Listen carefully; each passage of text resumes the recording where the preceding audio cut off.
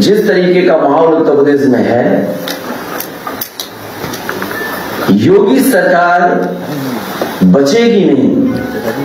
जनता ने मन बनाया है कि योगी सरकार उत्तर प्रदेश में बनेगी और इनसे ज्यादा अनुपयोगी कोई हो नहीं सकता था जिसने उत्तर प्रदेश को बर्बाद किया।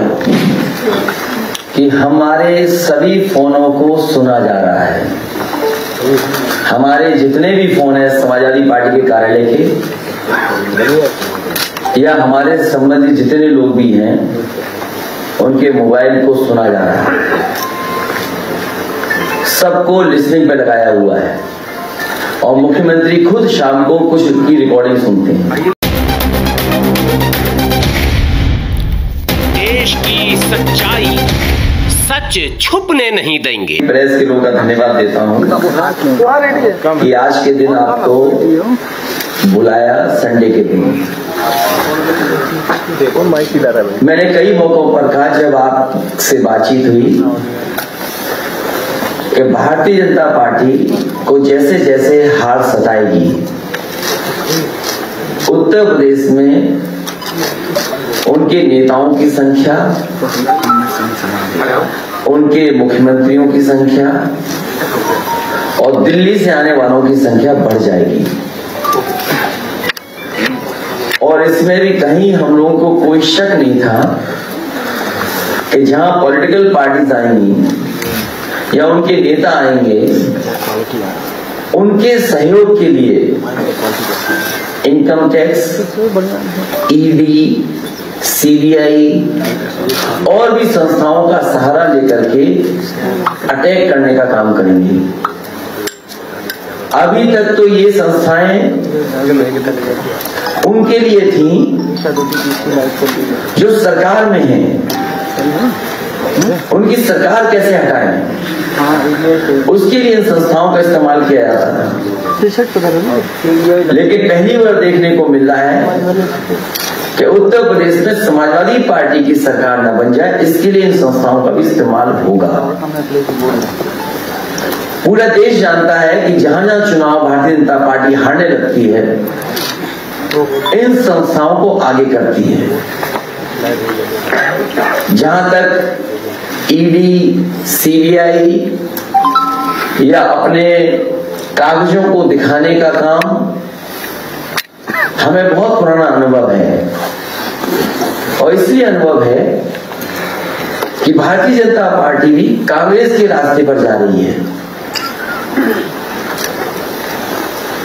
भारतीय जनता पार्टी वही तरीके अपना रही है जिसमें केंद्रीय जो एजेंसीज हैं उनसे कैसे डराया धमकाया जाए।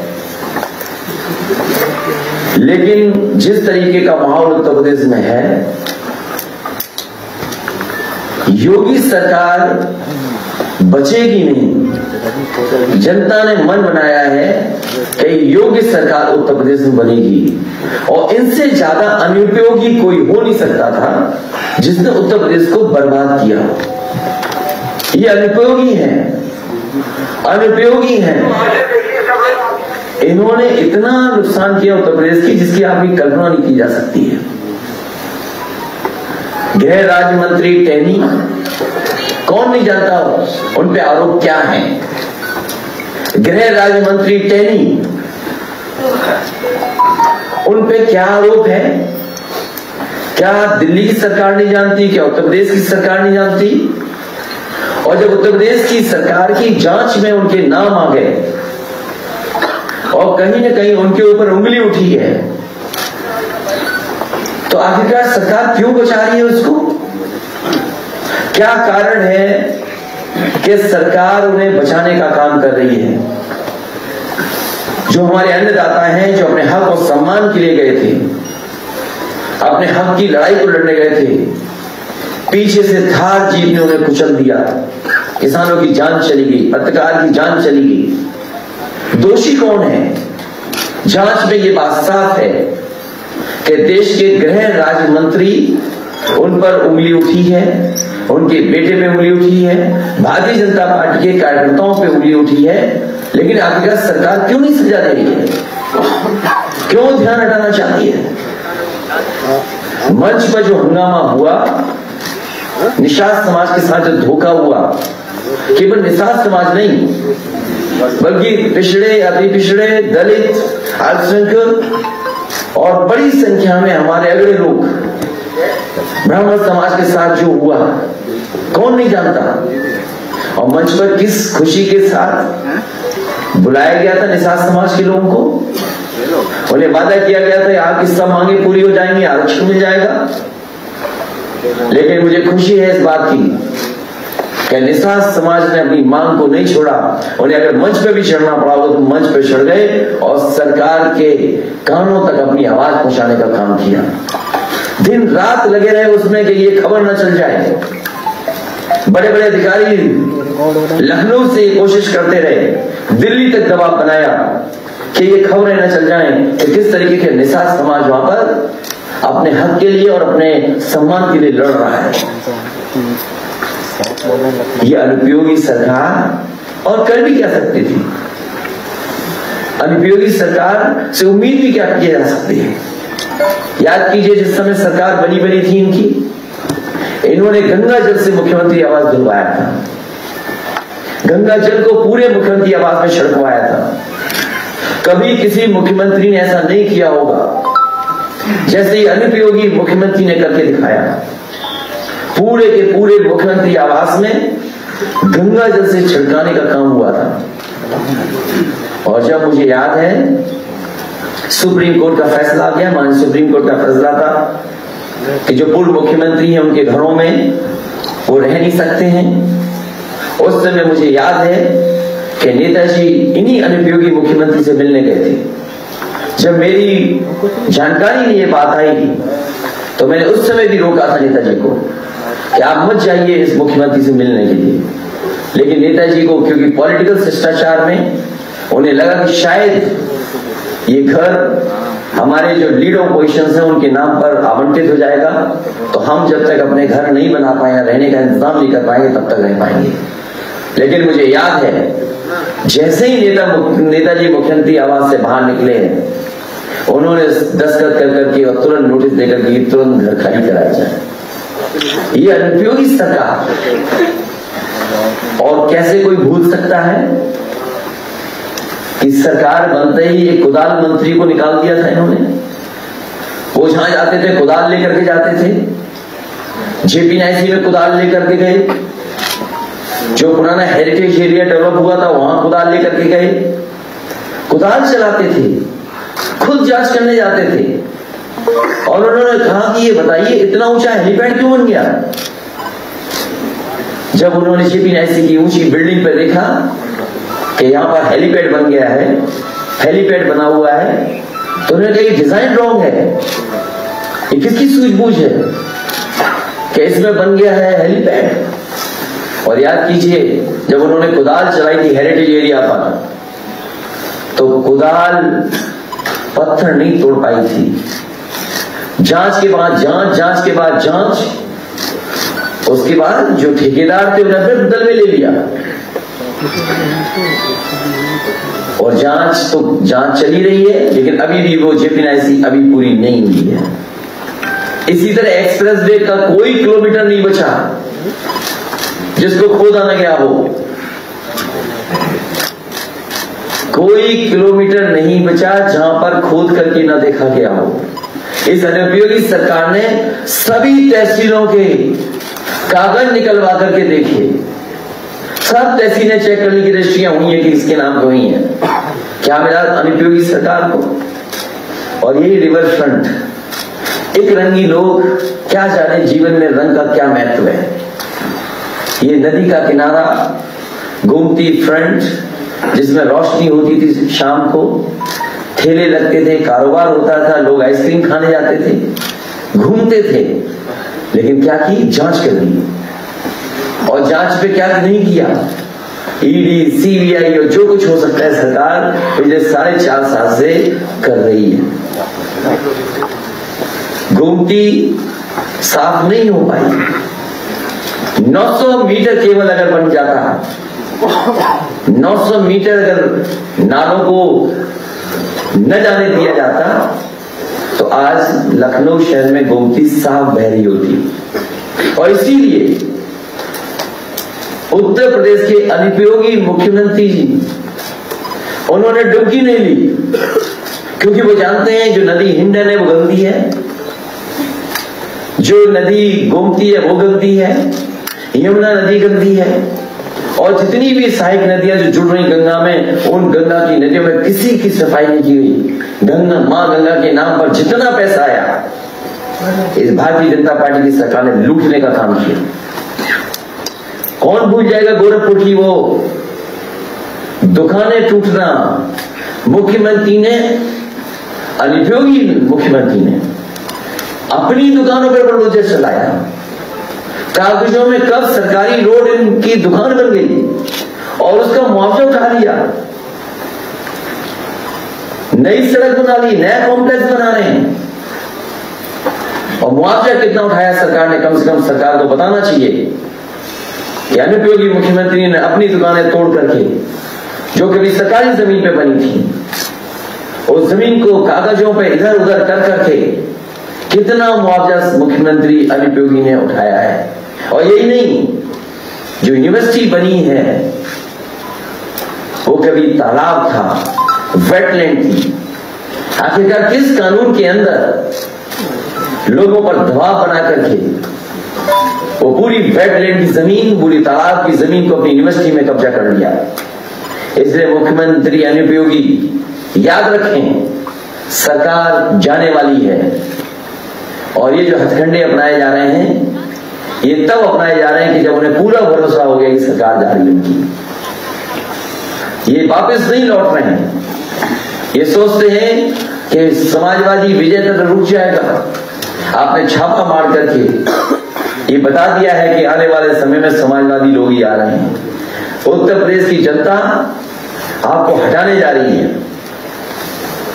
हम लोग तो केवल एक माध्यम है, लेकिन उत्तर प्रदेश की जनता ने तय कर लिया है कि उत्तर प्रदेश से अनुपयोगी सरकार हटाई जाएगी। और अनुपयोगी सरकार की एक घटना नहीं है, एक किस्सा नहीं है, एक जगह का नहीं है। लखीमपुर जैसी घटना कोई सोच नहीं सकता था, इन्हीं अनुपयोगी मुख्यमंत्री के कार्यकाल में हुए हैं। हाथरस की बेटी का अपमान और पेट्रोल डाल करके जलवा देना, ये अनुपयोगी सरकार का काम है। 69,000 शिक्षक भर्ती के नौजवान दर दर भटक रहे हैं, लाठी खा रहे हैं, अपमानित हो रहे हैं। अगर उनका आरक्षण कोई छीन रहा है तो ये अनुपयोगी सरकार है। कोई परीक्षा बिना लीक हुए नहीं परीक्षा हो पाई, पेपर रद्द हुए हैं, जो नौजवानों को नौकरी न दे पाए, रोजगार न दे पाए। वो अनुपयोगी सरकार है जो टीटी, बीएड और बीपीएड के नौजवानों को बेरोजगार रख रही हो। अनुपयोगी सरकार वो है जिन्होंने वादा किया 70 लाख नौकरी देने का, लेकिन झूठे विज्ञापन दिखा करके लोगों को गुमराह करने का काम कर दिया। वो कौन भूल जाएगा अनुपयोगी सरकार के मुख्यमंत्री अनुपयोगी के गृह जनपद में एक व्यापारी कारोबार करने आया था, घूमने आया था, वहां पर पुलिस ने मार मार करके उसकी जान ले ली। अनुपयोगी वो है जो छुट्टा जानवर तक नहीं रोक पा रहा। अनुपयोगी तो है ही मुख्यमंत्री, क्योंकि उन्होंने अभी तक अपना संकल्प पत्र नहीं पढ़ा।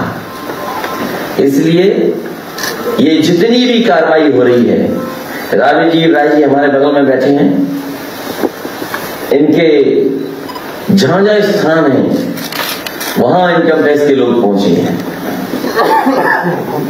अगर कहीं कोई पता मिल गया हुआ वहां पहुंच गए हैं। अब सुनने में आया है एक बड़े नाथ संप्रदाय के साधु थे कर्नाटक के, हमारी पढ़ाई और उनकी पढ़ाई बराबर की थी। हमें नहीं पता था कि कभी नाथ संप्रदाय के इन दो गुटों में झगड़ा था किसी जमाने में, मठ को कब्जा करने को लेकर के। वो तो कभी हमसे मिल गए होंगे, किसी एक साधारण व्यक्ति ने मिला दिया होगा मुझे। उस साधारण आदमी की इनकम टैक्स बेंगलोर में पहुंच गई टीम। एक हमारी पार्टी का काम व्हाट्सएप का कर रहा है। अरे व्हाट्सएप पे तुमने कितना झूठ फैलाया है, भारतीय जनता पार्टी वाले लोग, तुमने गाय कटी दिखाई, तो हमने मुसलमान भाइयों के खिलाफ जाने कितनी खून की तस्वीरें डाल करके व्हाट्सएप पे चलाई हैं। तुमसे बड़ी व्हाट्सएप की यूनिवर्सिटी कोई नहीं चला रहा, ये केवल व्हाट्सएप का काम करना चाहता था। उसे तो अभी पैसा ही नहीं भुगतान हुआ, क्योंकि हम लोग टेक्नोलॉजी समझते हैं, चीजें समझते हैं कि टेक्नोलॉजी क्या है। लेकिन अनुपयोगी मुख्यमंत्री टेक्नोलॉजी नहीं जानता। और हमारे बगल में लीडर पोजीशन बैठे हैं, वो जानते हैं अगर कंप्यूटर दिखा दोगे अनुपयोगी मुख्यमंत्री को तो हो सकता है डर जाए, भाग जाए देख करके। और अगर अगली बार आपको कुछ डराना हो अनुपयोगी मुख्यमंत्री को तो अपने हाथ में लैपटॉप ले जाना है, स्मार्टफोन के अंदर चला के दिखा दो। अगर ना प्रेस कॉन्फ्रेंस छोड़ कर भाग जाए तो बताना मुझको। तो उसके यहाँ इनकम टैक्स, यहां पर आप लोगों का, हम लोगों का साफ सफाई का, कार्यालय के इंतजाम को देखने वाला। और फिर ओएसडी कैसे बनाए जाते हैं आपको पता है, जो भी सहयोगी मुख्यमंत्री का होता है उसको बना दिया जाता है ओएसडी। उसके घर पे छापा, टाइल्स तोड़ दी गई, बिस्तर फाड़ दिया गया, सोफा फाड़ा है, अभी पुलिस बैठी है वहां पर। ये मैंने आपको एक बार इशारा किया था, याद कीजिए आपको, और एक मैंने टीवी इंटरव्यू में भी कहा था कि कन्नौज के चुनाव को हराने के लिए मुख्यमंत्री किस जाति के हैं, पुलिस का कप्तान कन्नौज का किस जाति का था, कानपुर में उस समय अधिकारी किस जाति का था, डीजीपी किस जाति का था। ये चारों मुख्यमंत्री आवास में बैठ करके साजिश कर करके कन्नौज का चुनाव हराने का काम किया था। मैं जानना चाहता हूं जो जाति के आधार पर बात करते हैं, ये चारों किस जाति के लोग थे, किस जाति से संबंध रखते थे चारों लोग, हमें कोई बताए। ये चारों के चारों अधिकारी किस जाति के थे। इसलिए ये चुनाव हारने जा रहे हैं, उत्तर प्रदेश की जनता ने इन्हें चुनाव हरा दिया है।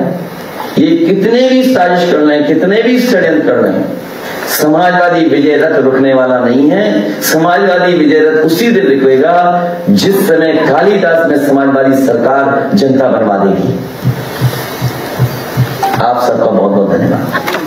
संजय निषाद ने पहले कहा कि हम जो है, उनका वीडियो दिखा दो अगर किसी के पास हो। अगर संजय निषाद जी वाला, एक बार संजय निषाद जी वाला वीडियो चलवाइए। ये दिल्ली से फोन का कमाल है। और मैं आपसे कहना चाहता हूँ, ये बात वीडियो देख लो, उसके बाद सवाल पूछिएगा।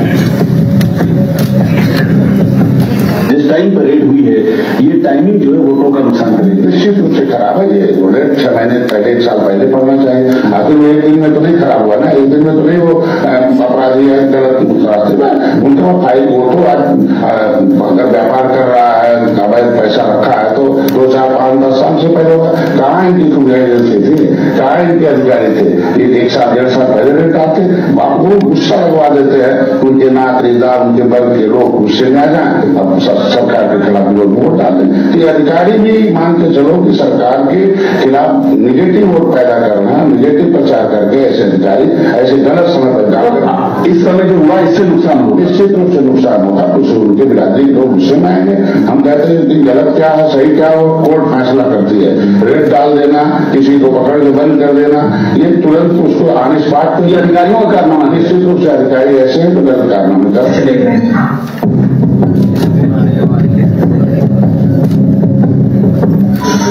खंडेश वाला कुछ लोगों का जो आईटी के छापे पड़े हैं, मैं उसका समर्थन करता हूँ।